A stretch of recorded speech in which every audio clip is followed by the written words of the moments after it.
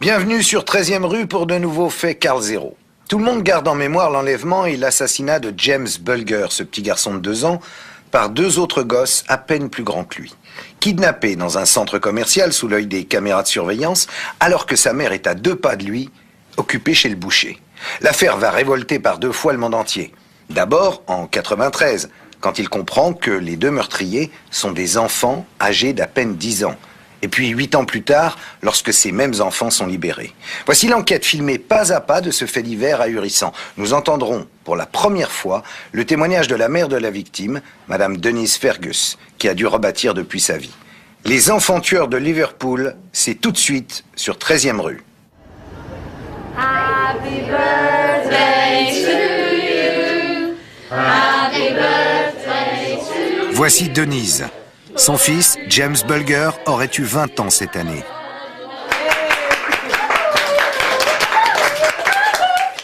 Pour la première fois, Denise souhaite évoquer sa vie depuis le meurtre de son fils et son projet de création d'une école pour enfants maltraités, afin de rendre hommage à James. James voudrait que je le fasse. On l'a arraché à la vie avant même qu'il ne soit scolarisé. Donc voir son nom sur le fronton d'une école, ce serait vraiment formidable.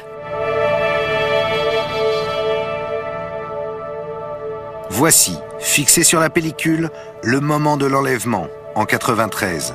Ce drame est alors sans précédent car il s'avère que les bourreaux sont d'autres enfants.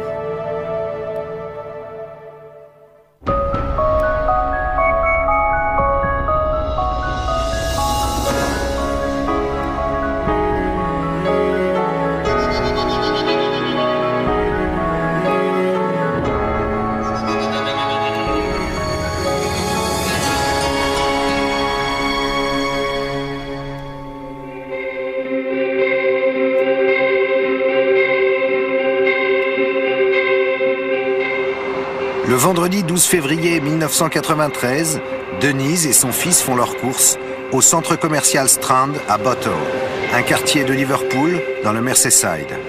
À 15h30, ils entrent dans une boucherie. Pendant que Denise règle les achats, James sort. La maman remarque son absence au bout de quelques secondes, mais il est déjà trop tard. Son fils a disparu. N'arrivant pas à le retrouver, les vigiles contactent les autorités. Mandy Waller, alors jeune agent de police, est dépêchée sur les lieux. Cet appel téléphonique va changer sa vie. J'ai été la première à arriver à interroger Denise. C'était très difficile d'obtenir des détails, parce qu'elle était complètement bouleversée. Elle disait qu'il ne serait jamais parti, qu'il n'aurait pas fait une chose pareille. Il avait déjà disparu depuis une demi-heure environ. Et on a effectué des fouilles nous-mêmes au Strand. Rapidement, les journalistes des environs apprennent la nouvelle. En passant quelques coups de fil de routine à la police, j'ai appris qu'un petit garçon avait disparu au Strand de Bottle. Je l'ai appris un peu après 17 heures. On ne savait pas encore si on allait en faire un papier ou pas, parce que c'est le genre d'événement qui se termine généralement bien au bout d'1 heure ou 2.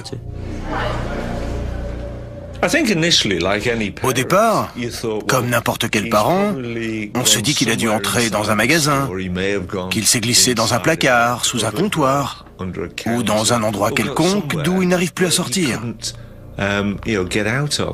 Au départ, c'est ce qu'on a supposé. Mais ses premiers espoirs s'estompent rapidement à 17h30. Lors de la fermeture du Strand, James est toujours introuvable et la police lance de vastes recherches à travers la ville. On a envoyé des voitures dans les rues avec des haut-parleurs. Des membres de la famille sont venus et on a élargi les recherches. Mais en fin de soirée, ce vendredi-là, on était toujours sans nouvelles de lui. Et on a vraiment commencé à s'inquiéter. Au centre commercial, policiers et vigiles visionnent les images enregistrées par la vidéosurveillance. Il y a 16 caméras disséminées dans l'établissement. Et compte tenu de leur fonctionnement, il y a tant de secondes sur telle caméra, tant de secondes sur telle autre. Les agents de police avaient un point de départ, la porte de la boucherie et un horaire. Ils n'avaient donc plus qu'à visionner les bandes à partir de ce moment-là. Au milieu de la nuit, des agents repèrent la première image de James sortant de la boucherie à 15h39. Rapidement, il reconstitue image par image les minutes capitales qui suivent sa disparition. À 15h40, une Denise paniquée apparaît au rez-de-chaussée, sortant de la boutique et se mettant à chercher son fils. Son fils, qui apparaît 1 minute plus tard au dernier étage du centre commercial. Il semble suivre 2 garçons. L'image suivante, repérée par les policiers, deviendra la plus obsédante de l'affaire et la plus célèbre. Sur cette image, on voit les 2 garçons sortir du centre commercial. L'un d'eux tient James par la main. Il est alors 15h42. 1 minute plus tard, James sort du centre commercial aux côtés des 2 garçons et se dirige vers le canal Leeds-Liverpool. Il n'y a que 4 minutes qu'il a faussé compagnie à sa mère. On cherchait un enfant disparu alors qu'il s'agissait d'un enlèvement.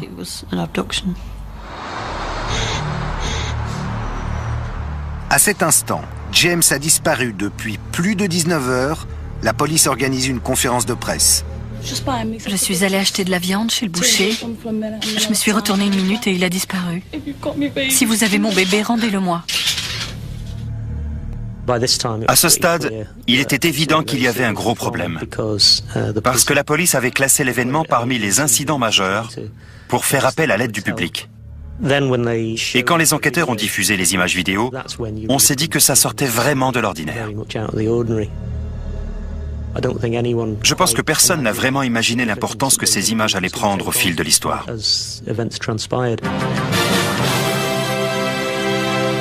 Bonjour. Selon les policiers à la recherche du petit garçon de 2 ans, il s'agirait d'un enlèvement. Des caméras de sécurité l'ont filmé en train de partir avec 2 adolescents. Les gros plans ne permettent pas de les identifier, mais les policiers pensent qu'ils sont blancs et ont environ 13 ans. On pensait chercher des garçons d'environ 13 ans, parce qu'il était très difficile d'évaluer leur taille par rapport à ce qu'on voyait dans le centre commercial sur les premières images. On a tous pensé qu'ils devaient avoir autour de cet âge-là. La police demande aux garçons de se manifester et les recherches se poursuivent. Des témoins ayant déclaré avoir vu un garçon ressemblant à James sur le chemin de halage avec d'autres jeunes, les policiers ont ratissé aujourd'hui le canal Leeds-Liverpool. Des équipes de recherche spécialisées ont fouillé le canal, les voies de chemin de fer, les terrains vagues. Les recherches se sont vraiment déroulées à grande échelle. Il y a désormais plus de 30 heures que James a disparu. Les inquiétudes déjà lourdes au sujet de sa sécurité s'accroissent encore au moment où il doit affronter sa 2e nuit, loin de ses parents. Ma hiérarchie m'a donné l'ordre de rester auprès de Denise. Au bout d'un moment, on ne peut plus dire à quelqu'un que ça va aller, parce qu'on sait que ça ne sera pas le cas. Si vous avez mon bébé, rendez-le-moi. Je ne pense pas qu'il faille faire un gros effort d'imagination pour comprendre la détresse dans laquelle elle se trouvait. Denise avait eu une fille peu auparavant qui était mort-née. Et elle était certainement plus protectrice à l'égard de James que la plupart des parents vis-à-vis de leurs enfants. Pendant la nuit de samedi à dimanche et la journée du lendemain, une centaine de policiers cherchent James, épaulés par les membres de la famille Bulger. Ils avaient fait des efforts incroyables. Si la volonté et l'amour avaient suffi à le faire revenir, ils l'auraient récupéré sain et sauf, mais ça ne s'est pas passé comme ça. La mère de James est donc sans nouvelles de son fils depuis 2 jours. Les médias ont multiplié les appels à témoins, mais en vain. La police est toujours à la recherche du petit James lorsque le 14 février, une macabre découverte leur fait comprendre que le pire est arrivé. Les policiers viennent de tomber horrifiés sur le corps du petit enfant écrasé sur une voie ferrée à quelques pas de leur commissariat de police. Que s'est-il passé entre la dernière image où l'on aperçoit James Bulger vivant sur les vidéos de surveillance en compagnie des 2 autres enfants et sa mort ? Le jour de la Saint-Valentin, le corps d'un bambin est retrouvé le long d'une voie ferrée de Walton, un quartier de Liverpool. À l'heure du déjeuner, des agents de police de Walton Lane ont appelé et ils nous ont dit « Des gamins sont venus nous voir parce qu'il y aurait un corps d'enfant sur la voie de chemin de fer qui passe derrière le commissariat. » Les rails sont à près de 5 km du Strand, l'endroit où James a disparu depuis 2 jours, après avoir échappé à la surveillance de sa mère. C'est ce que montre la vidéosurveillance.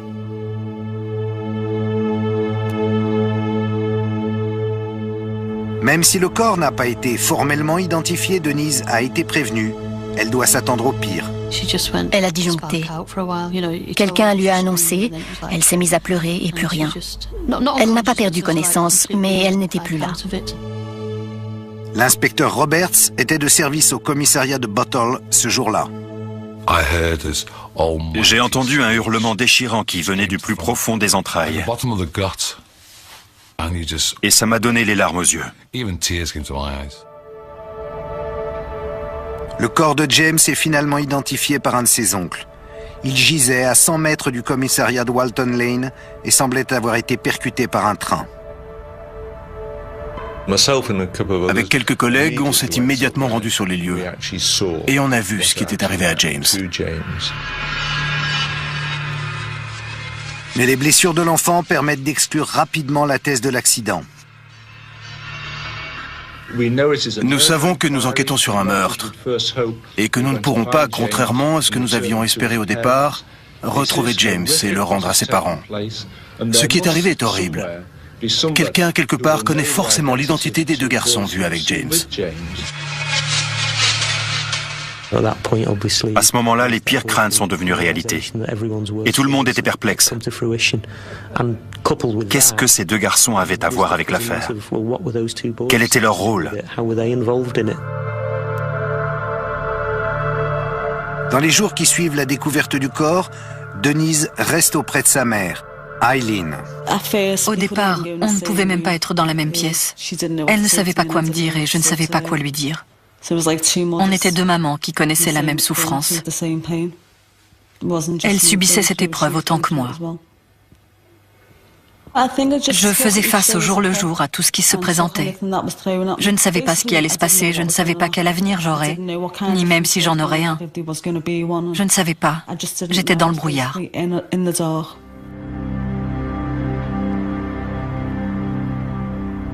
Au commissariat de Bottle, les enquêteurs sont sous le choc. C'était un meurtre abject.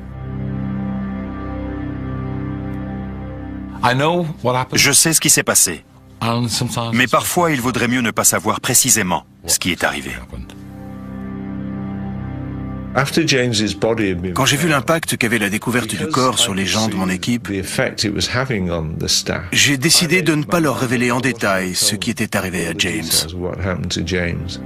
Le coroner Roy Barter a déclaré que c'était l'affaire la plus horrible et la plus choquante de ses 25 ans de carrière. À Liverpool, les habitants horrifiés portent le deuil. Indignés, les citadins ont déposé des fleurs et transformé cet endroit en monument symbolique. On trouve aussi beaucoup de messages, dont un qui résume la question que tous se posent. Pourquoi? Mais Denise ignore tout de cette attention. Pendant quelque temps, elle s'est détachée de tout ce qui se passait. Elle n'arrêtait pas de parler de James, de dire comment il était, quel caractère il avait. Il était très espiègle. Il avait un grand sens de l'humour, beaucoup de caractère. Il riait tout le temps. C'était un gamin adorable et gai.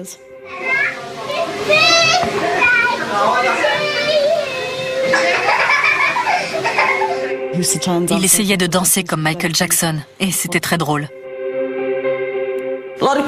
Beaucoup de gens m'ont demandé ce qu'il a autour de la bouche. Ils pensent que c'est du lait, mais c'est du yaourt. Je me souviens de ce jour-là comme si c'était hier. On était partis en vacances une semaine au pays de Galles, et il mangeait un yaourt au moment où cette photo a été prise. Je garde beaucoup de photos pour un usage privé. Je ne veux pas que les gens les voient. Je les conserve dans le grenier avec tous ses vêtements et ses affaires, parce que je ne passe pas mon temps à les regarder. Et je garderai toujours ce que j'ai dans ma mémoire. Personne ne pourra m'enlever les souvenirs que j'ai de lui. Pour beaucoup de gens, James n'est qu'une photo, mais pas pour moi. Tous les parents du pays ne peuvent qu'être profondément choqués par l'enlèvement et la mise à mort de James Bulger. Les mères de jeunes enfants ont redoublé de vigilance et la demande augmente pour ces harnais pour enfants. Tout le monde avait peur. Tous les parents craignaient que leurs enfants soient kidnappés. Pour l'amour du ciel, surveillez de près vos enfants. Le pauvre petit garçon n'a échappé à la vigilance de sa mère que quelques secondes et il a disparu. La seule piste dont dispose la police, ce sont les images floues des caméras de surveillance. Nous n'avons pas d'a priori sur ces deux garçons. Notre seule certitude, c'est qu'ils étaient avec James. Les policiers tiennent à s'entretenir avec les deux jeunes apparaissant sur la vidéosurveillance, car il pourrait s'agir d'une blague ayant tourné au drame. Au départ, aucun de nous n'aurait pu croire qu'un individu très jeune était capable de lui infliger des choses pareilles. La masse de renseignements qui nous est parvenue était inimaginable. Dans une affaire classique, une seule personne analyse ces renseignements. Là, il y en avait 6 ou 7. Plus d'une vingtaine de garçons entre 10 et 18 ans sont interrogés. Certains ont été identifiés par des...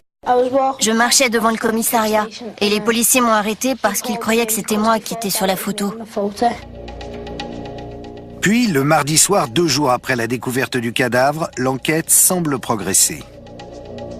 J'ai reçu un appel téléphonique un peu après 21h m'avertissant qu'un garçon avait été arrêté à Kirkdale.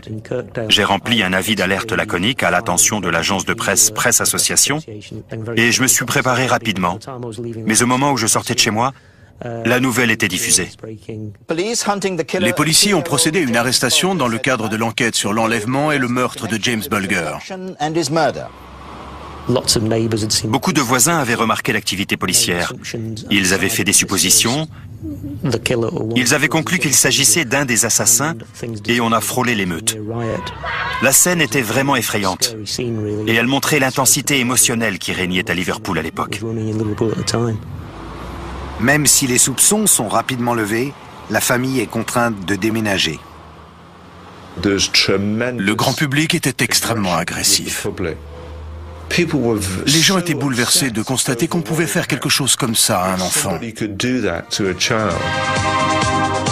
Les policiers sont toujours en quête de renseignements. Et le jeudi soir, la BBC lance un appel dans l'émission Crime Watch. C'est la première fois qu'elle se penche sur un meurtre dans la semaine suivant le drame. Bonsoir. Nous examinons les derniers détails concernant l'enquête qui nous préoccupe depuis le début de la semaine, le meurtre de James Bulger dans le Merseyside. L'émission diffuse des photographies agrandies par le ministère britannique de la Défense. Ces images sont un peu floues, mais elles sont nettement meilleures que les originales. Mais au moment de la diffusion de l'émission, les policiers ont déjà placé 2 suspects en garde à vue. Ils ont été arrêtés grâce à un tuyau reçu la veille. Une dame qui s'était absentée a vu les informations et les images. Et elle s'est dit, je crois que je sais qui c'est. Ils séchaient toujours les cours pour faire des bêtises. Et on s'est dit qu'il fallait qu'on leur mette la main dessus. Le lendemain matin, 2 équipes de policiers en civil, en voiture banalisée, procèdent à l'arrestation. Robert Thompson vit à Walton, non loin du lieu du crime, avec sa mère et ses 2 jeunes frères. Ses 4 frères aînés ont tous été envoyés en famille d'accueil. Il a 10 ans. Je me suis occupé de Thompson. J'ai frappé à la porte, la mère est descendue, je lui ai expliqué qui j'étais et la raison de ma venue. Je n'ai pas vu Thompson à ce moment-là, il était à l'étage.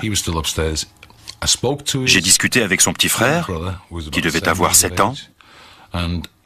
Il m'a dit qu'il avait entendu parler de l'affaire, à tel point qu'avec son grand frère, il était allé sur les lieux du meurtre déposer un bouquet de fleurs. À ce moment-là, je me suis dit, non, ça ne peut pas être un des responsables.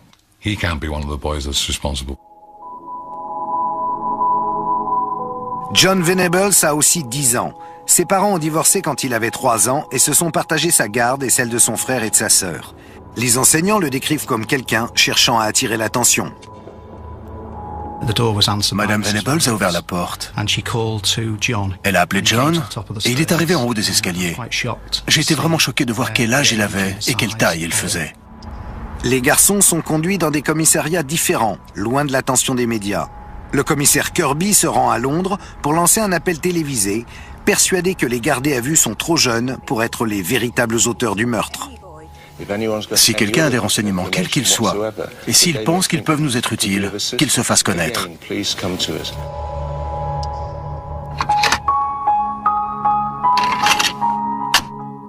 Les policiers commencent les interrogatoires jeudi en fin d'après-midi.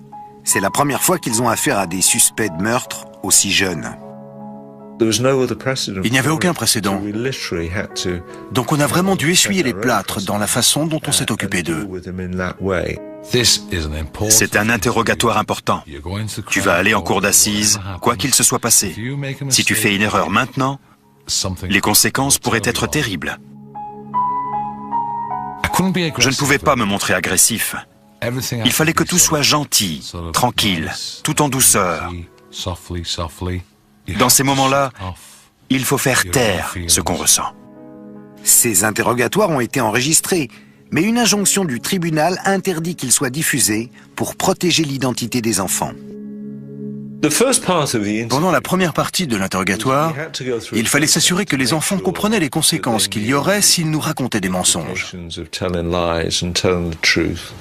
Les agents doivent établir que chacun des garçons sait faire la différence entre réalité et fiction.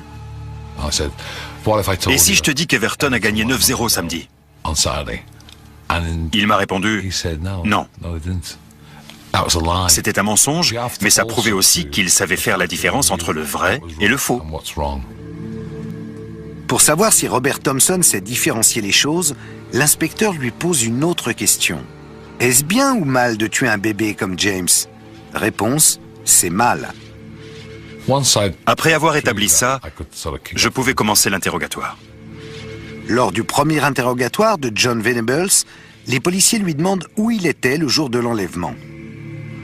Dès le départ, il a reconnu être allé au centre commercial de Bottle.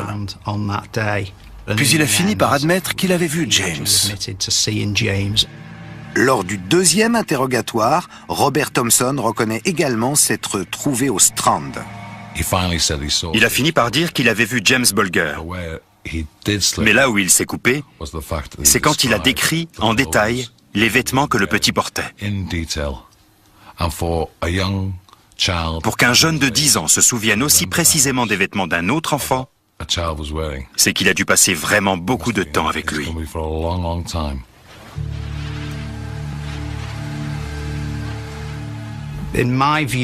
D'après moi, la découverte capitale, ça a été le moment où John Venables a demandé si on pouvait prélever des empreintes digitales sur la peau.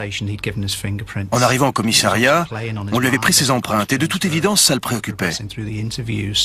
Quand un enfant pose une question comme ça cache quelque chose. Et il n'a qu'une raison de la poser. Thompson avoue que John Venables et lui ont conduit James à l'extérieur du Strand. Quand on a commencé à parler de James, il s'est mis à agiter les jambes, à pleurer, mais sans verser de larmes. Il savait faire la différence entre le bien et le mal, parce qu'à chaque fois qu'il s'inquiétait, il remuait les pieds.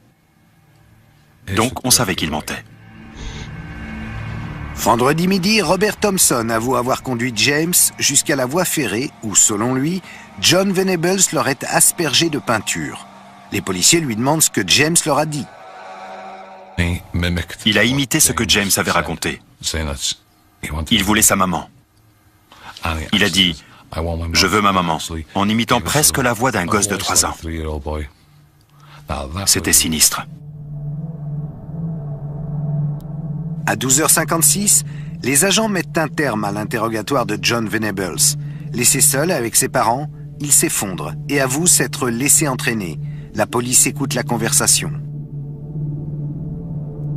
Il a reconnu s'être trouvé sur le lieu de la mort de James. Mais il maintenait qu'il n'était pas responsable. Tout était la faute de Robert Thompson. Pendant les interrogatoires, il nous a raconté ce qui s'était passé sur la voie de chemin de fer, comment James était mort, et ce qu'ils avaient fait pour qu'on croie qu'il s'agissait d'un accident. Écouter un enfant aussi jeune raconter comment il s'était embarqué dans une histoire pareille, c'est vraiment effrayant. Ça vous marque à jamais. Robert Thompson, lui, nie toujours avoir participé à quoi que ce soit. Il collait tout sur le dos de Venables, mais je savais que c'était lui l'instigateur. Il ne ressentait aucun remords, absolument aucun. Personne ne me convaincra jamais du contraire. Malgré les divergences entre les deux versions, les policiers ont suffisamment de preuves. À 18h40, ce samedi 20 février 1993, 2 garçons de 10 ans de Walton ont été mis en examen pour l'enlèvement et le meurtre de James Bulger.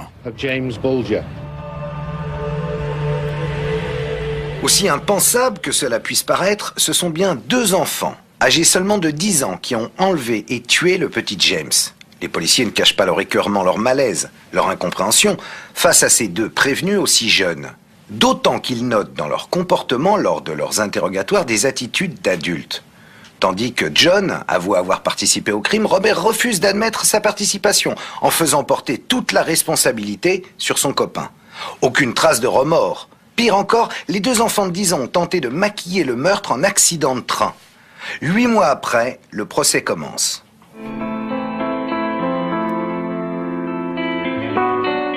Les funérailles de James ont lieu 17 jours après le drame.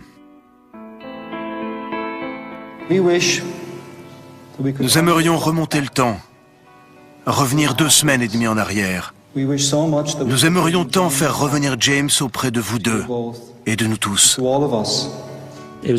Ça a été une journée terrible. Ça a été la plus froide de cet hiver-là. Elle était sinistre, mais de circonstance, car ça correspondait à l'atmosphère qui régnait au niveau local et national, et dans l'église. On a compris l'impact que ça avait eu seulement au moment où on a suivi la voiture et qu'on a vu que les rues étaient bordées de gens. Et on s'est dit, mince, quelle affaire. Les 500 personnes rassemblées devant l'église continueront de soutenir la famille Bulger au fil des ans. Denise et son second mari, Stuart, ont conservé toutes les lettres et toutes les cartes postales qu'ils ont reçues du monde entier. C'est lourd.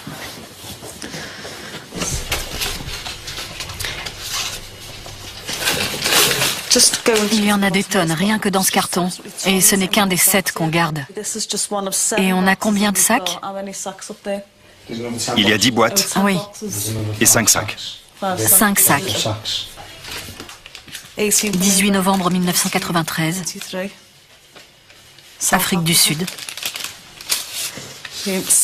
On en reçoit encore aujourd'hui de gens que je ne connais pas qui me disent qu'ils se souviennent de James. Et je trouve ça vraiment touchant. Sur certaines enveloppes, il n'y a même pas d'adresse, simplement la maman de James Bulger ou les parents de James Bulger, mais elles sont quand même arrivées. Sarah Ferguson m'a envoyé une lettre. Je me souviens qu'elle avait écrit qu'un soir, en mettant ses filles au lit, elle avait pensé à James. Elle s'était dit que j'aurais aussi dû être en train de le coucher.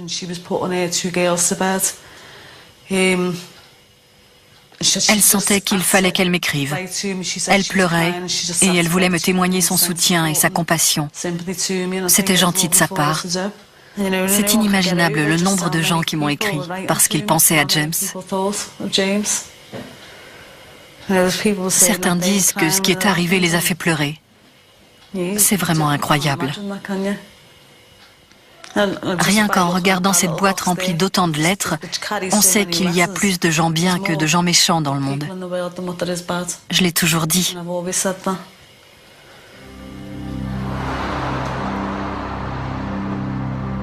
Le 22 février 1993, les 2 garçons de 10 ans comparaissent devant les juges de Bottle pour enlèvement et meurtre. Près de 300 personnes se sont rassemblées à l'extérieur du tribunal de première instance et au moment où le fourgon de police sort, l'émeute éclate. Liverpool est une ville où la solidarité est très forte.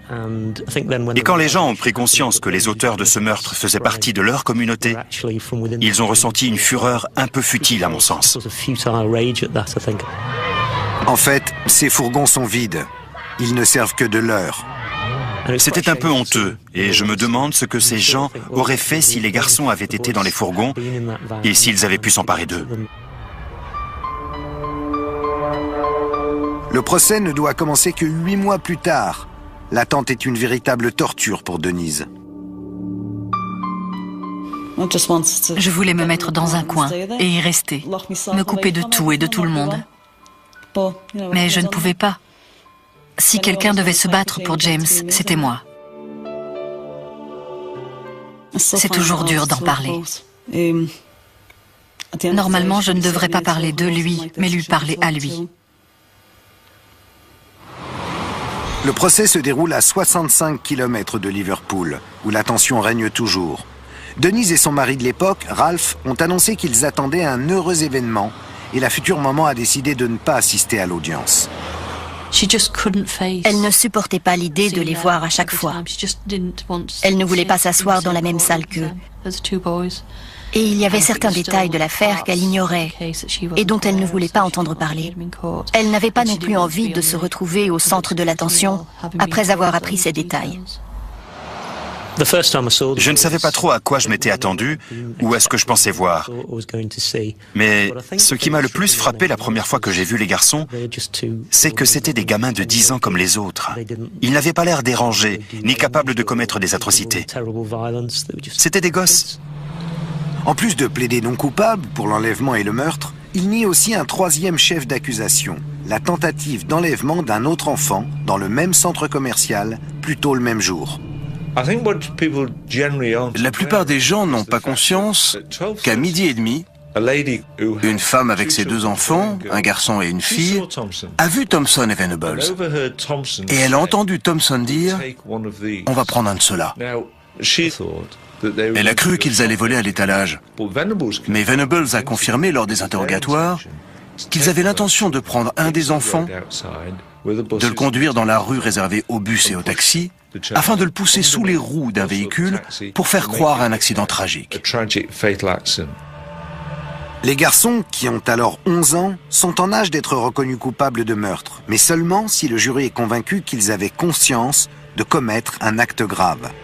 Les interrogatoires enregistrés par la police, où les garçons sont appelés enfant A et enfant B, sont diffusés au procès.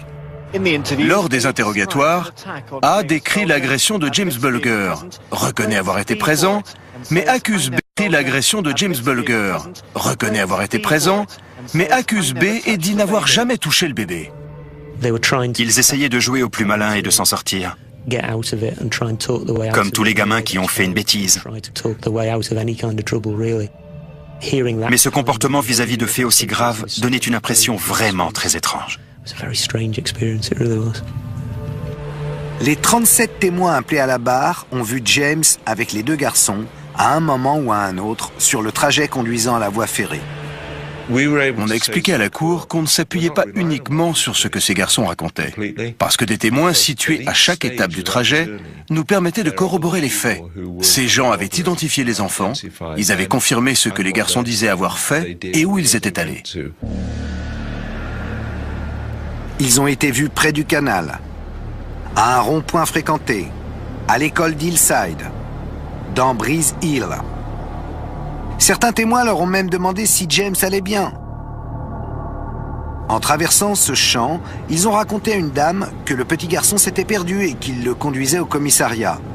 Robert Thompson a expliqué à un copain d'école croisé dans City Road que James était le petit frère de John Venables et qu'il pleurait parce qu'il venait de tomber.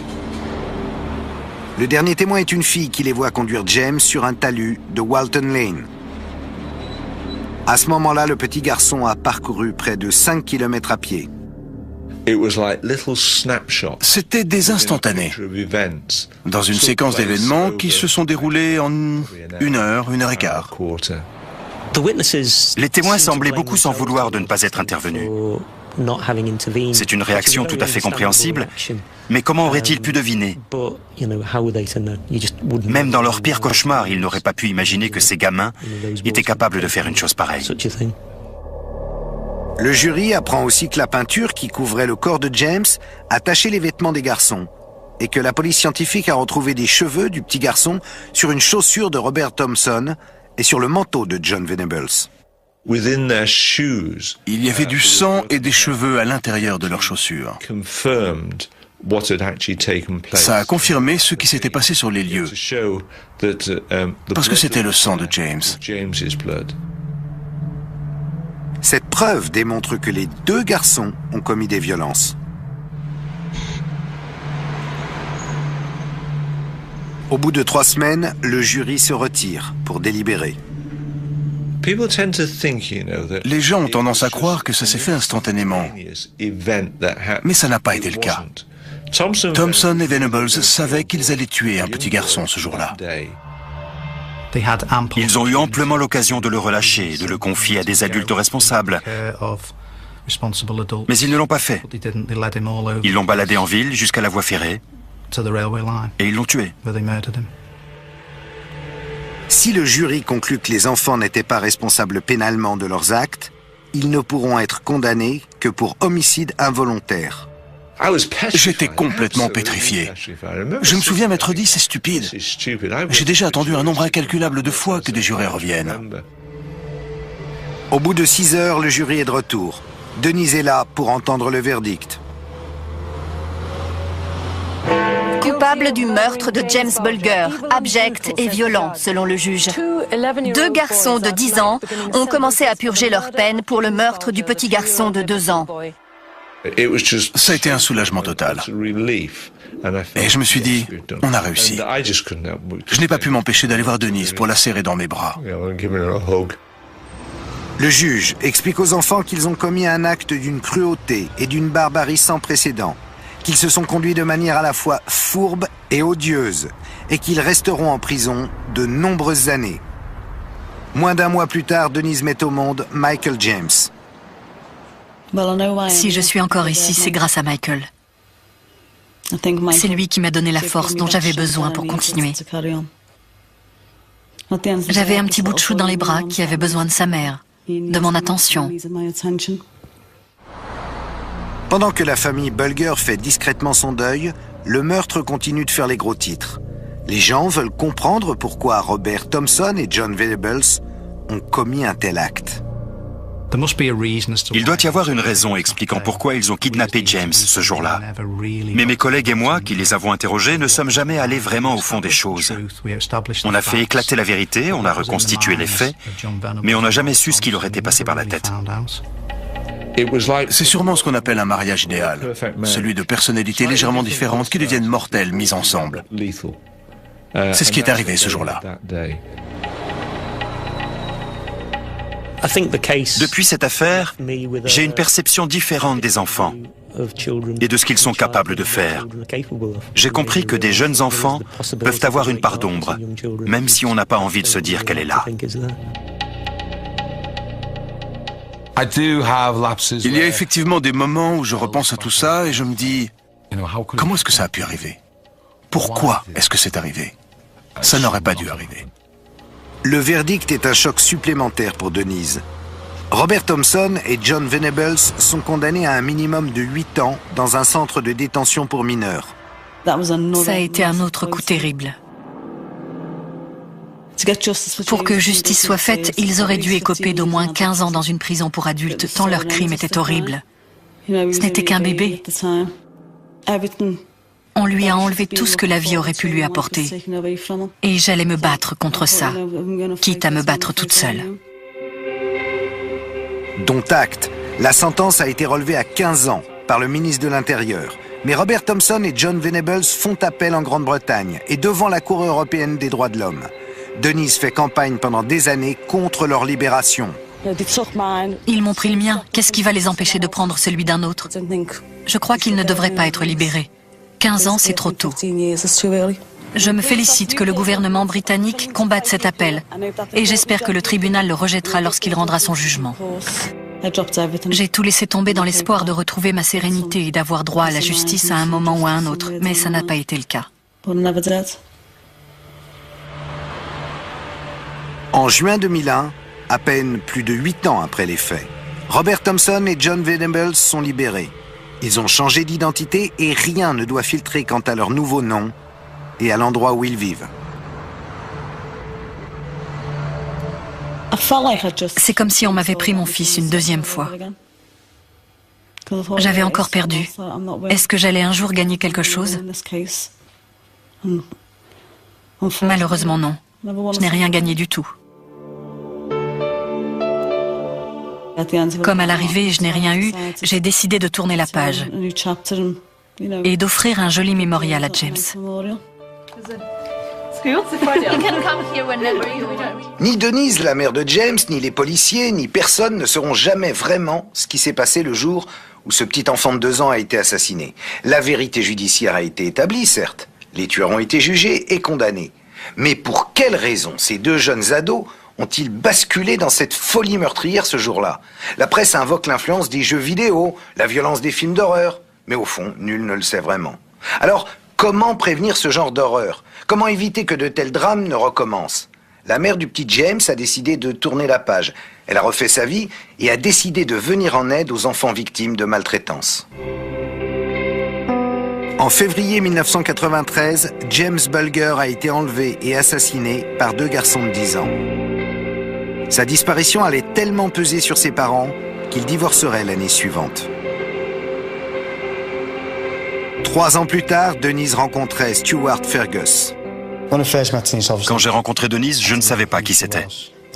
Quand notre relation est devenue sérieuse, elle m'a dit que James faisait et ferait toujours partie de sa vie, et que si je pensais que ce serait trop dur pour moi de le supporter, il valait mieux qu'on reste amis. Mais j'aimais Denise, et je suis toujours là. Je mets un mot. Tu n'es pas censé tout changer. Il faut toujours qu'il change tout. Il a commencé à construire un clapier, et maintenant c'est un abri de jardin. J'ai pleuré sur son épaule. Je lui ai crié dessus. Je me suis défoulée sur lui. Donc je me sens vraiment désolée pour lui. Il avait encore des cheveux avant de me rencontrer. Depuis leur mariage en 1998, Denise et Stuart ont eu 2 petits garçons. Elle les protège beaucoup. Elle fait très attention à ce que leurs photos ne soient diffusées nulle part. Parce qu'elle a toujours peur que Thompson et Venables rôdent toujours. Personne ne peut comprendre ce que je ressens. Quand les enfants jouent dans la cour devant la maison, je n'aime pas qu'ils aillent près de la clôture. Et je les surveille depuis la fenêtre. Je dois vivre avec cette horreur. J'ai 2 fils de 9 et 10 ans et Michael a 14 ans. Mais quand je fais des courses, ils doivent rester avec moi. Ils ont une vraie enfance. Ils en profitent. Mais ils n'ont pas le droit de se promener tout seuls dans la rue. Parce que Denise est angoissée à l'idée de ce qui pourrait arriver. Donc, ils n'ont pas le droit. Denise s'efforce de leur faire comprendre pourquoi elle est aussi protectrice. Je veux qu'ils grandissent en sachant ce qui est arrivé. Ils ne savent pas tout ce que James a enduré, ni moi non plus. Et je reste aussi ouverte que possible vis-à-vis d'eux. James est leur frère aîné. Et c'est mon beau-fils. Oui, il fait partie de la famille. Depuis 1993, le monde entier se rappelle le nom de James Bulger. À Liverpool, tout le monde se souvient de James. Même des gens qui ne le connaissaient pas me disent qu'il fait partie de leur vie. Des gens m'écrivent de partout pour me le dire. Ici, on se serre les coudes. On surveille les enfants des autres. Et c'est ce que j'essaie de faire, surveiller les autres enfants. Denise a décidé de créer un mémorial en hommage à son fils. L'idée lui est venue lors d'une rencontre avec une présentatrice de télévision, Esther Ronson. Chaque fois que j'ai vu une interview de Denise sur la mort de James, j'ai eu la sensation que la blessure était encore ouverte, qu'elle restait extrêmement douloureuse. que c'était une femme très en colère et je me suis dit, comme personne n'a rien fait en souvenir de la vie de ce petit garçon, la seule chose qui reste dans l'esprit de sa mère, c'est le souvenir du meurtre. Donc ça n'a rien d'étonnant qu'elle se sente comme ça. Je me suis dit qu'il était temps de commémorer le souvenir de James. J'ai soumis mon idée à Denise et elle a accepté immédiatement, parce qu'elle veut que le petit garçon qu'elle a connu reste vivant dans l'esprit des gens. Denise et Esther sont à Cambridge, où l'organisation caritative Red Balloon a créé une école spécialisée. Bonjour.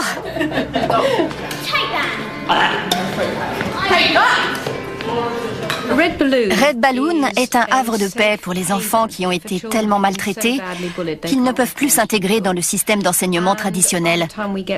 Quand ils arrivent ici, ils ont déjà souvent pensé à se suicider, ou ont même essayé, et nous les aidons à se rétablir. Notre programme se compose à 70% de travail scolaire et à 30% de travail personnel, social et thérapeutique, pour qu'ils arrivent à faire face à ce qui leur est arrivé. Denise compte ouvrir une école Red Balloon à Liverpool et lui donner le nom de James. Depuis 1993, sa mort n'a servi à rien. Rien de bien n'en est sorti. Mais ça, ce sera une bonne chose. Ça va rendre des gamins plus heureux. Voici Jake. Bonjour. William. Diana, dont c'est l'anniversaire. Bon anniversaire. Si je peux faire ça au nom de James, ce sera formidable. Ça te fait du bien de savoir que tu peux venir dans un endroit comme ça? Oui, ça me plaît vraiment d'être ici. Au moins maintenant, j'aime aller à l'école. Tu es plus détendu? Oui, j'ai pu parler à des gens de ce qui m'est arrivé. Je me suis nettement améliorée à l'école. J'ai plus confiance en moi. Quand on a découvert cet endroit, ça a été un miracle. Ça m'a sauvé la vie. En regardant autour de moi, ce qui est fantastique, c'est de voir que tous les enfants ont le sourire. Tu as réussi tes examens, alors que tu as dit que tu te serais suicidé si cette maison n'avait pas existé. Donc, c'est une très bonne chose. Et j'ai hâte d'en créer une à Liverpool. Je n'arrive pas à croire à quel point elle a changé. Quand on pense que la femme qui pouvait à peine prononcer un mot, la femme silencieuse et timide que j'ai rencontrée, donne aujourd'hui des interviews et qu'elle fait campagne pour une organisation caritative, elle m'a dit que désormais elle avait une raison de le faire, de sortir, qu'elle avait hâte de s'y mettre et ça l'a complètement métamorphosée. Ça se voit sur son visage. Ça lui plaît de découvrir des choses. Elle attend avec impatience de s'y mettre. Et peu importe qu'il y ait un mur ou une montagne devant elle, elle va le franchir. Quand elle a un objectif, elle fonce. Tu es superbe. Je ne comprends pas qu'on fasse du mal à des enfants, parce que tu es absolument magnifique. Merci. Tu te rends compte combien tu as changé? Je me sens très différente. Je sais que j'ai un but. J'ai vraiment hâte d'aller de l'avant. De dire, aujourd'hui, je visite un foyer pour voir comment vont les enfants. J'ai vraiment hâte que ça arrive. Je me sens plus positive, beaucoup plus forte. J'ai fait du chemin et je vais franchir un cap. Et je veux m'assurer que ces enfants aient ce qu'il y a de mieux pour eux.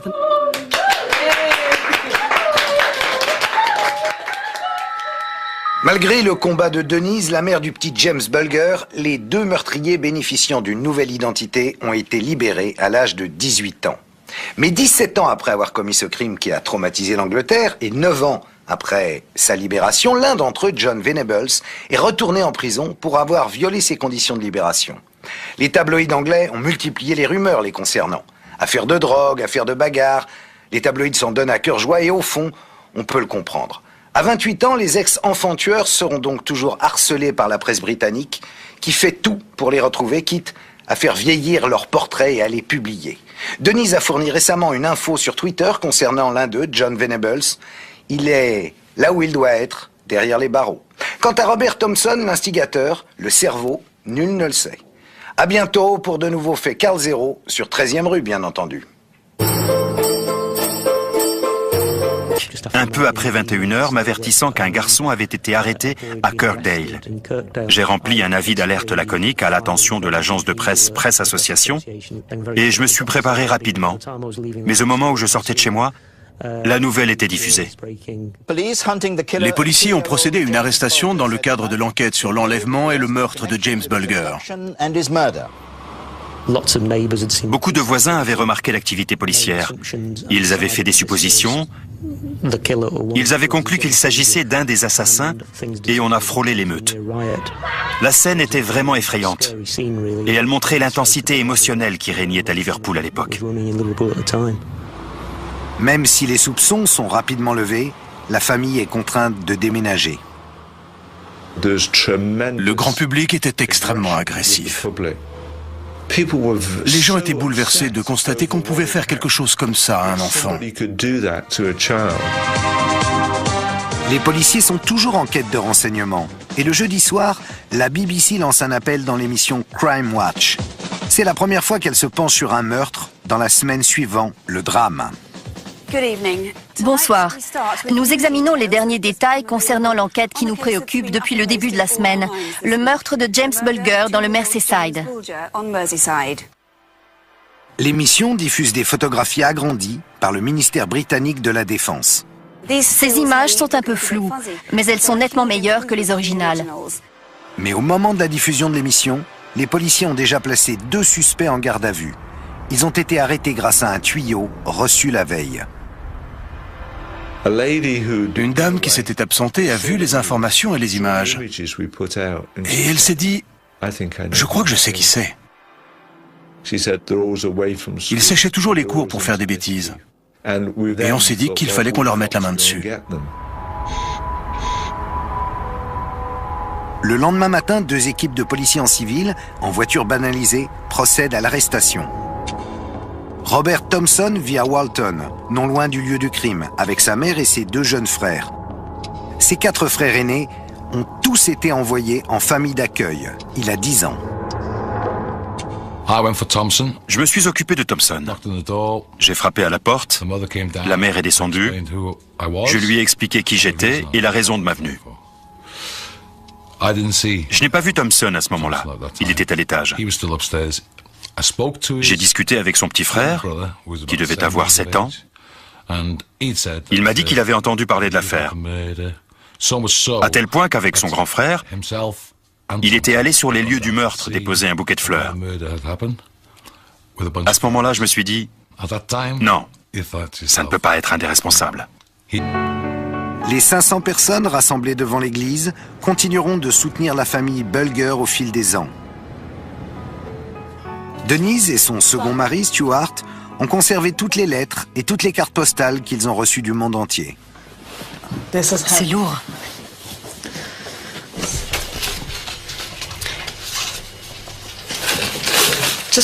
Il y en a des tonnes, rien que dans ce carton. Et ce n'est qu'un des 7 qu'on garde. Et on a combien de sacs? Il y a 10 boîtes Oui, et 5 sacs. 5 sacs.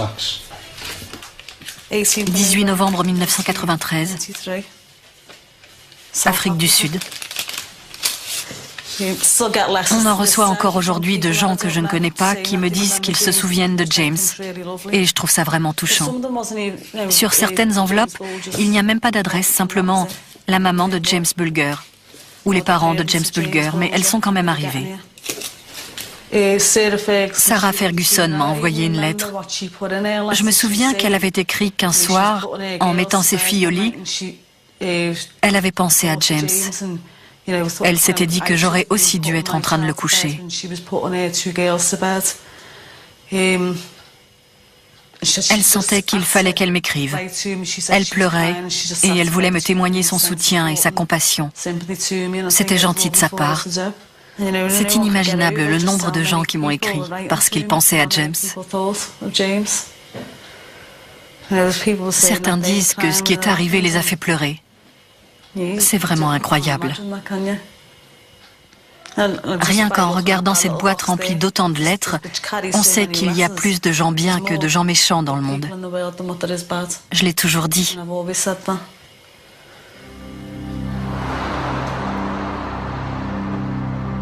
Le 22 février 1993, les deux garçons de 10 ans comparaissent devant les juges de Bottle pour enlèvement et meurtre. Près de 300 personnes se sont rassemblées à l'extérieur du tribunal de première instance et au moment où le fourgon de police sort, l'émeute éclate. Liverpool est une ville où la solidarité est très forte. Et quand les gens ont pris conscience que les auteurs de ce meurtre faisaient partie de leur communauté, ils ont ressenti une fureur un peu futile à mon sens. En fait, ces fourgons sont vides. Ils ne servent que de leurre. C'était un peu honteux, et je me demande ce que ces gens auraient fait si les garçons avaient été dans les fourgons et s'ils avaient pu s'emparer d'eux. Le procès ne doit commencer que 8 mois plus tard. L'attente est une véritable torture pour Denise. Je voulais me mettre dans... Ils avaient fait des efforts incroyables. Si la volonté et l'amour avaient suffi à le faire revenir, ils l'auraient récupéré sain et sauf, mais ça ne s'est pas passé comme ça.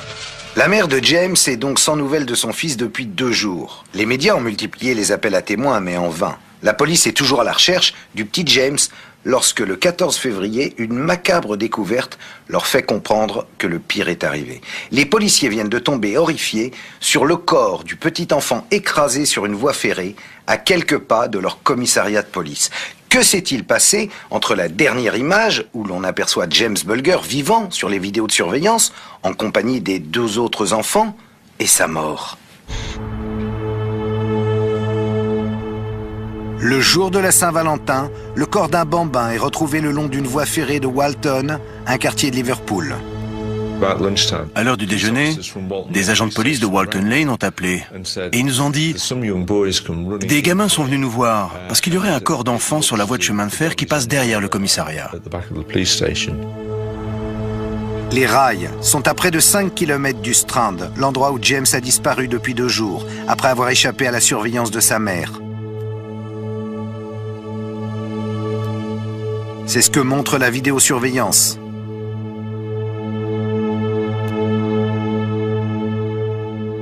Même si le corps n'a pas été formellement identifié, Denise a été prévenue. Elle doit s'attendre au pire. Elle a disjoncté. Quelqu'un lui a annoncé, elle s'est mise à pleurer et plus rien. Elle n'a pas perdu connaissance, mais elle n'était plus là. L'inspecteur Roberts était de service au commissariat de Bottle ce jour-là. J'ai entendu un hurlement déchirant qui venait du plus profond des entrailles. Et ça m'a donné les larmes aux yeux.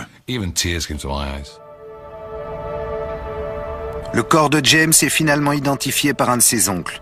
Il gisait à 100 mètres du commissariat de Walton Lane et semblait avoir été percuté par un train.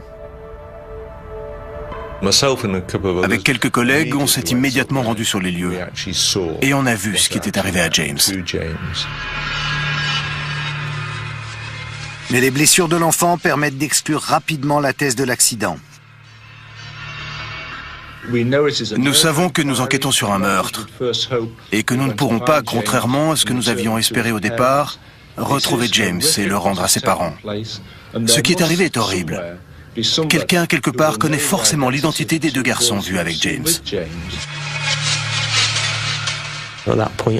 À ce moment-là, les pires craintes sont devenues réalité. Et tout le monde était perplexe. Qu'est-ce que ces 2 garçons avaient à voir avec l'affaire? Quel était leur rôle? Robert Thompson reconnaît également s'être trouvé au Strand.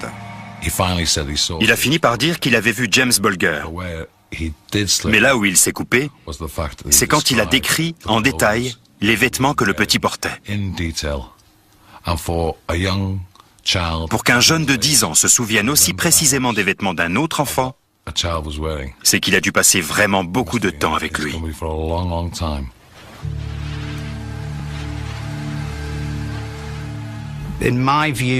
D'après moi, la découverte capitale, ça a été le moment où John Venables a demandé si on pouvait prélever des empreintes digitales sur la peau.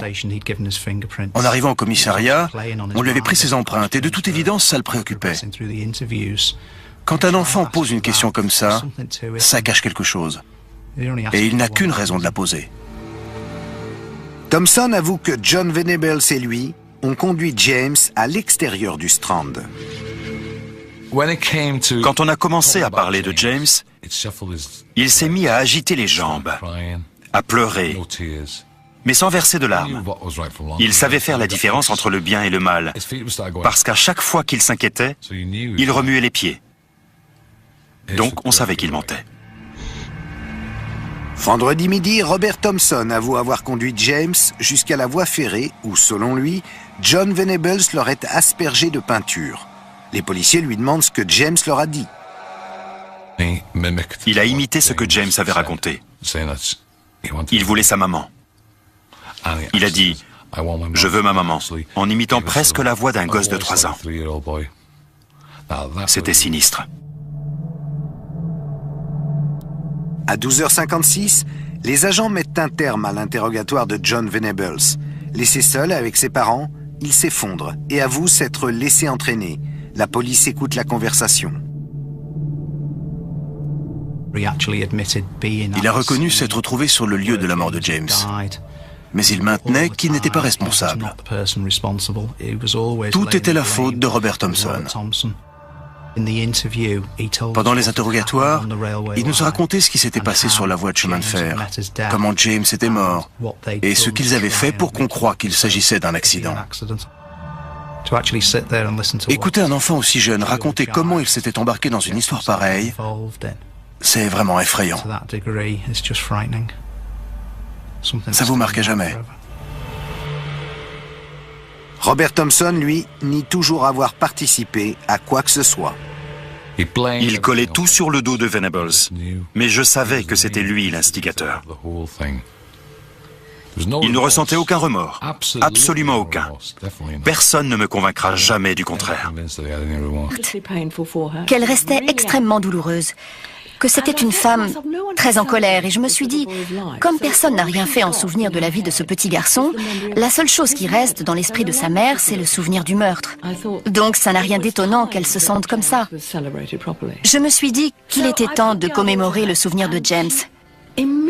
J'ai soumis mon idée à Denise et elle a accepté immédiatement, parce qu'elle veut que le petit garçon qu'elle a connu reste vivant dans l'esprit des gens. Denise et Esther sont à Cambridge, où l'organisation caritative Red Balloon a créé une école spécialisée. Bonjour.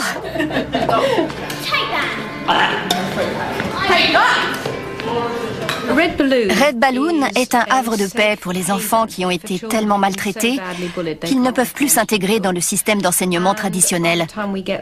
Quand ils arrivent ici, ils ont déjà souvent pensé à se suicider, ou ont même essayé, et nous les aidons à se rétablir. Notre programme se compose à 70% de travail scolaire et à 30% de travail personnel, social et thérapeutique, pour qu'ils arrivent à faire face à ce qui leur est arrivé.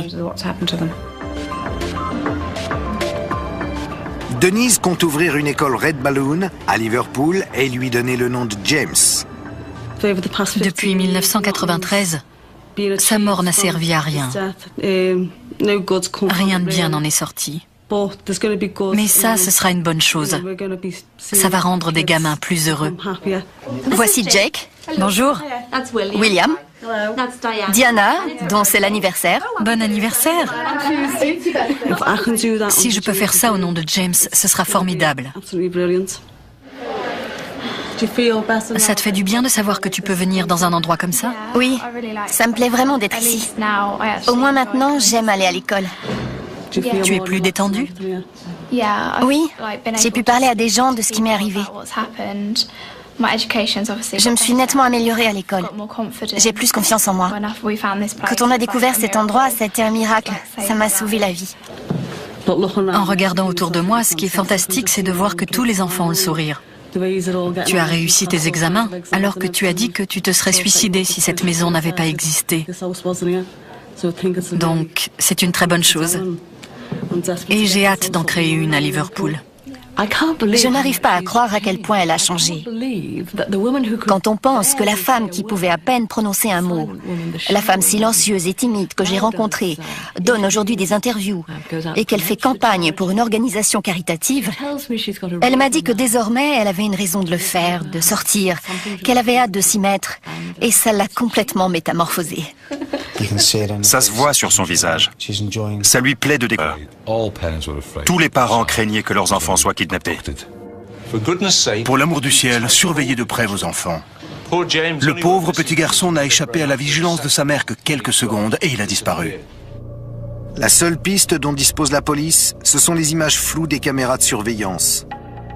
Nous n'avons pas d'a priori sur ces deux garçons. Notre seule certitude, c'est qu'ils étaient avec James. Les policiers tiennent à s'entretenir avec les deux jeunes apparaissant sur la vidéosurveillance, car il pourrait s'agir d'une blague ayant tourné au drame. Au départ, aucun de nous n'aurait pu croire qu'un individu très jeune était capable de lui infliger des choses pareilles. La masse de renseignements qui nous est parvenue était inimaginable. Dans une affaire classique, une seule personne analyse ces renseignements. Là, il y en avait 6 ou 7. Plus d'une vingtaine de garçons entre 10 et 18 ans sont interrogés. Certains ont été identifiés par des... Je marchais devant le commissariat et les policiers m'ont arrêté parce qu'ils croyaient que c'était moi qui étais sur la photo. Puis, le mardi soir, 2 jours après la découverte du cadavre, l'enquête semble progresser. J'ai reçu un appel téléphonique, un peu après 21h, m'avertissant qu'un garçon avait été arrêté à Kirkdale. J'ai rempli un avis d'alerte laconique à l'attention de l'agence de presse Presse Association et je me suis préparé rapidement. Mais au moment où je sortais de chez moi, la nouvelle était diffusée. Les policiers ont procédé à une arrestation dans le cadre de l'enquête sur l'enlèvement et le meurtre de James Bulger. Beaucoup de voisins avaient remarqué l'activité policière. Ils avaient fait des suppositions. Ils avaient conclu qu'il s'agissait d'un des assassins et on a frôlé l'émeute. La scène était vraiment effrayante et elle montrait l'intensité émotionnelle qui régnait à Liverpool à l'époque. Même si les soupçons sont rapidement levés, la famille est contrainte de déménager. Le grand public était extrêmement agressif. Les gens étaient bouleversés de constater qu'on pouvait faire quelque chose comme ça à un enfant. Les policiers sont toujours en quête de renseignements. Et le jeudi soir, la BBC lance un appel dans l'émission Crime Watch. C'est la première fois qu'elle se penche sur un meurtre dans la semaine suivant le drame. Bonsoir. Nous examinons les derniers détails concernant l'enquête qui nous préoccupe depuis le début de la semaine, le meurtre de James Bulger dans le Merseyside. L'émission diffuse des photographies agrandies par le ministère britannique de la Défense. Ces images sont un peu floues, mais elles sont nettement meilleures que les originales. Mais au moment de la diffusion de l'émission, les policiers ont déjà placé 2 suspects en garde à vue. Ils ont été arrêtés grâce à un tuyau reçu la veille. C'était des instantanés, dans une séquence d'événements qui se sont déroulés en 1 heure, 1 heure et quart.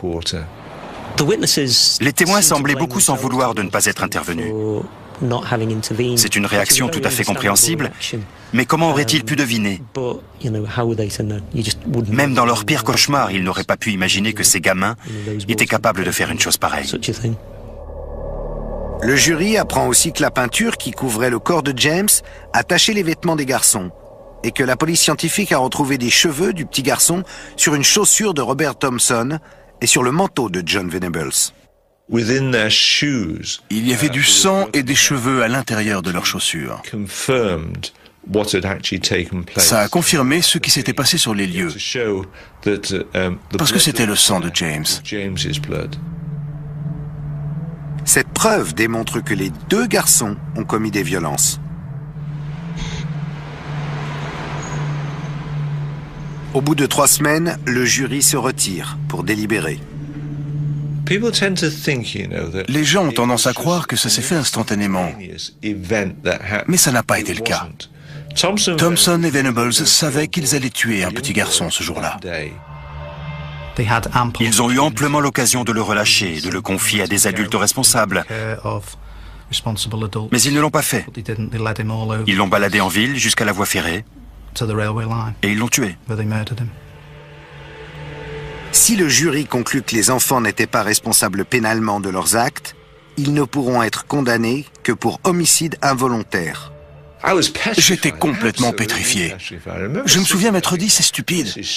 J'ai déjà attendu un nombre incalculable de fois que des jurés reviennent. Au bout de 6 heures, le jury est de retour. Denise est là pour entendre le verdict. Coupable du meurtre de James Bulger, abject et violent, selon le juge. 2 garçons de 10 ans ont commencé à purger leur peine pour le meurtre du petit garçon de 2 ans. Ça a été un soulagement total. Et je me suis dit, on a réussi. Je n'ai pas pu m'empêcher d'aller voir Denise pour la serrer dans mes bras. Le juge explique aux enfants qu'ils ont commis un acte d'une cruauté et d'une barbarie sans précédent, qu'ils se sont conduits de manière à la fois fourbe et odieuse, et qu'ils resteront en prison de nombreuses années. Moins d'1 mois plus tard, Denise met au monde Michael James. Si je suis encore ici, c'est grâce à Michael. C'est lui qui m'a donné la force dont j'avais besoin pour continuer. J'avais un petit bout de chou dans les bras qui avait besoin de sa mère, de mon attention. Pendant que la famille Belize continueront de soutenir la famille Bulger au fil des ans. Denise et son second mari, Stuart, ont conservé toutes les lettres et toutes les cartes postales qu'ils ont reçues du monde entier. C'est lourd.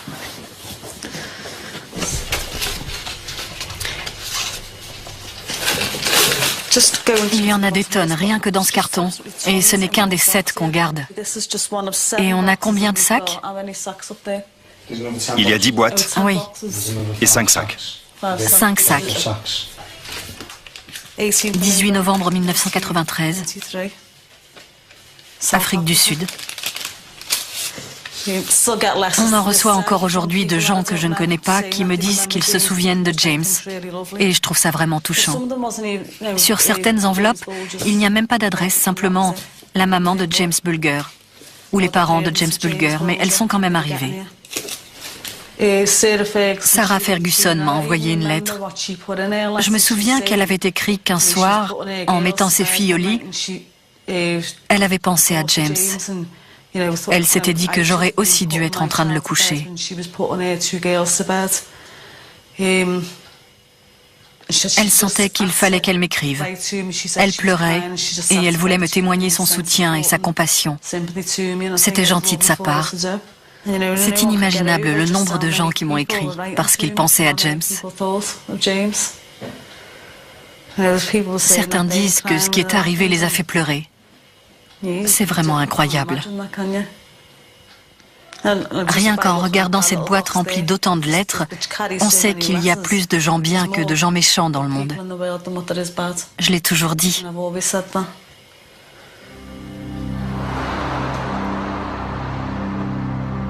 Le 22 février 1993, les 2 garçons de 10 ans comparaissent devant les juges de Bottle pour enlèvement et meurtre.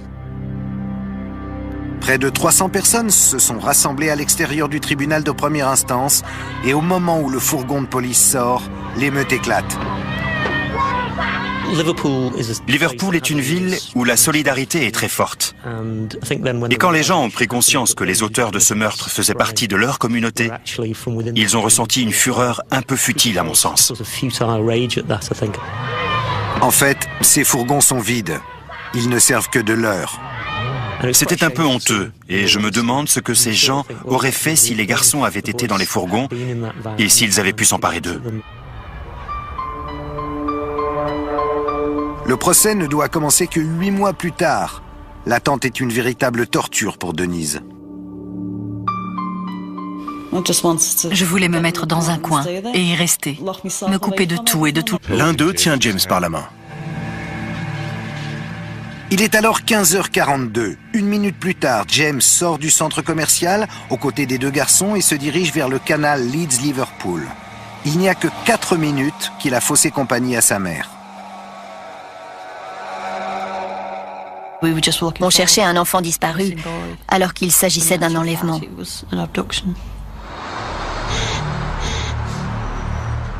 À cet instant, James a disparu depuis plus de 19 heures. La police organise une conférence de presse. Je suis allée acheter de la viande chez le boucher. Je me suis retournée 1 minute et il a disparu. Si vous avez mon bébé, rendez-le-moi. À ce stade, il était évident qu'il y avait un gros problème, parce que la police avait classé l'événement parmi les incidents majeurs pour faire appel à l'aide du public. Et quand les enquêteurs ont diffusé les images vidéo, on s'est dit que ça sortait vraiment de l'ordinaire. Je pense que personne n'a vraiment imaginé l'importance que ces images allaient prendre au fil de l'histoire.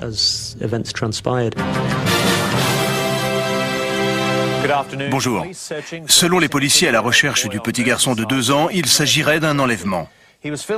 Des caméras de sécurité l'ont filmé en train de partir avec 2 adolescents. Les gros plans ne permettent pas de les identifier, mais les policiers pensent qu'ils sont blancs et ont environ 13 ans. On pensait chercher des garçons d'environ 13 ans, parce qu'il était très difficile d'évaluer leur taille par rapport à ce qu'on voyait dans le centre commercial sur les premières images. On a tous pensé qu'ils devaient avoir autour de cet âge-là. La police demande aux garçons de se manifester et les recherches se poursuivent. Des témoins ayant déclaré avoir vu un garçon ressemblant à James sur le chemin de halage avec d'autres jeunes, les policiers ont ratissé aujourd'hui le canal Leeds-Liverpool. Des équipes de recherche spécialisées ont fouillé le canal, les voies de chemin de fer, les terrains vagues. Les recherches se sont vraiment déroulées à grande échelle. Il y a désormais plus de 30 heures que James a disparu. Les inquiétudes déjà lourdes au sujet de sa sécurité s'accroissent encore au moment où il doit affronter sa 2e nuit, loin de ses parents. Ma hiérarchie m'a donné l'ordre de rester auprès de Denise. Au bout d'un moment, on ne peut plus dire à quelqu'un que ça va aller, parce qu'on sait que ça ne sera pas le cas. Si vous avez mon bébé, rendez-le-moi. Je ne pense pas qu'il faille faire un gros effort d'imagination pour comprendre la détresse dans laquelle elle se trouvait. Denise avait eu une fille peu auparavant qui était mort-née. Et elle était certainement plus protectrice à l'égard de James que la plupart des parents vis-à-vis de leurs enfants. Pour beaucoup de gens, James n'est qu'une photo. Mais pas pour moi. Tous les parents du pays ne peuvent qu'être profondément choqués par l'enlèvement et la mise à mort de James Bulger. Les mères de jeunes enfants ont redoublé de vigilance et la demande augmente pour ces harnais pour enfants. Tout le monde avait peur. Tous les parents craignaient que leurs enfants soient kidnappés. Pour l'amour du ciel, surveillez de près vos enfants. Le pauvre petit garçon n'a échappé à la vigilance de sa mère que quelques secondes et il a disparu. La seule piste dont dispose la police, ce sont les images floues des caméras de surveillance. Nous n'avons pas d'a priori sur ces 2 garçons. Notre seule certitude, c'est qu'ils étaient avec James. Les policiers tiennent à s'entretenir avec les 2 jeunes apparaissant sur la vidéosurveillance, car il pourrait s'agir d'une blague ayant tourné au drame. Au départ, aucun de nous n'aurait pu croire qu'un individu très jeune était capable de lui infliger des choses pareilles. La masse de renseignements qui nous est parvenue était inimaginable. Dans une affaire classique, une seule personne analyse ces renseignements. Là, il y en avait 6 ou 7. Plus d'une vingtaine de garçons entre 10 et 18 ans sont interrogés. Certains ont été identifiés par des... Je marchais devant le commissariat et les policiers m'ont arrêté parce qu'ils croyaient que c'était moi qui étais sur la photo. Puis, le mardi soir, 2 jours après la découverte du cadavre, l'enquête semble progresser. J'ai reçu un appel téléphonique, un peu après 21 h, m'avertissant qu'un garçon avait été arrêté à Kirkdale. J'ai rempli un avis d'alerte laconique à l'attention de l'agence de presse Presse Association et je me suis préparé rapidement. Mais au moment où je sortais de chez moi, la nouvelle était diffusée. Les policiers ont procédé à une arrestation dans le cadre de l'enquête sur l'enlèvement et le meurtre de James Bulger. Beaucoup de voisins avaient remarqué l'activité policière. Ils avaient fait des suppositions. Ils avaient conclu qu'il s'agissait d'un des assassins et on a frôlé l'émeute. La scène était vraiment effrayante et elle montrait l'intensité émotionnelle qui régnait à Liverpool à l'époque. Même si les soupçons sont rapidement levés, la famille est contrainte de déménager. Le grand public était extrêmement agressif. Les gens étaient bouleversés de constater qu'on pouvait faire quelque chose comme ça à un enfant. Les policiers sont toujours en quête de renseignements. Et le jeudi soir, la BBC lance un appel dans l'émission Crime Watch. C'est la première fois qu'elle se penche sur un meurtre dans la semaine suivant le drame. Bonsoir. Nous examinons les derniers détails. C'est comme si on m'avait pris mon fils une deuxième fois. J'avais encore perdu. Est-ce que j'allais un jour gagner quelque chose? Malheureusement non. Je n'ai rien gagné du tout. Comme à l'arrivée, je n'ai rien eu, j'ai décidé de tourner la page et d'offrir un joli mémorial à James. Ni Denise, la mère de James, ni les policiers, ni personne ne sauront jamais vraiment ce qui s'est passé le jour où ce petit enfant de 2 ans a été assassiné.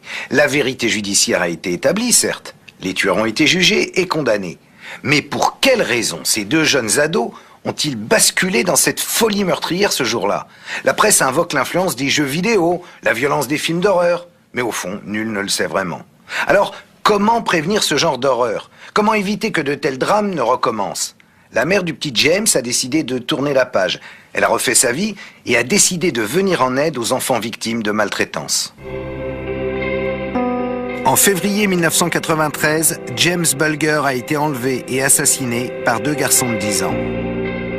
Sa disparition allait tellement peser sur ses parents qu'ils divorceraient l'année suivante. 3 ans plus tard, Denise rencontrait Stuart Fergus. Quand j'ai rencontré Denise, je ne savais pas qui c'était. Quand notre relation est devenue sérieuse, elle m'a dit que James faisait et ferait toujours partie de sa vie, et que si je pensais que ce serait trop dur pour moi de le supporter, il valait mieux qu'on reste amis. Mais j'aimais Denise, et je suis toujours là. Je mets un mot. Tu n'es pas censé tout changer. Il faut toujours qu'il change tout. Il a commencé à construire un clapier, et maintenant c'est un abri de jardin. J'ai pleuré sur son épaule. Je lui ai crié dessus. Je me suis défoulée sur lui. Donc je me sens vraiment désolée pour lui. Il avait encore des cheveux avant de me rencontrer. Depuis leur mariage en 1998, Denise et Stuart ont eu 2 petits garçons. Elle les protège beaucoup. Elle fait très attention à ce que leurs photos ne soient diffusées nulle part, parce qu'elle a toujours peur que Thompson et Venables rôdent toujours. Personne ne peut comprendre ce que je ressens. Quand les enfants jouent dans la cour devant la maison, je n'aime pas qu'ils aillent près de la clôture, et je les surveille depuis la fenêtre. Je dois vivre avec cette horreur. J'ai 2 fils de 9 et 10 ans et Michael a 14 ans, mais quand je fais des courses, ils doivent rester avec moi. Ils ont une vraie enfance. Ils en profitent.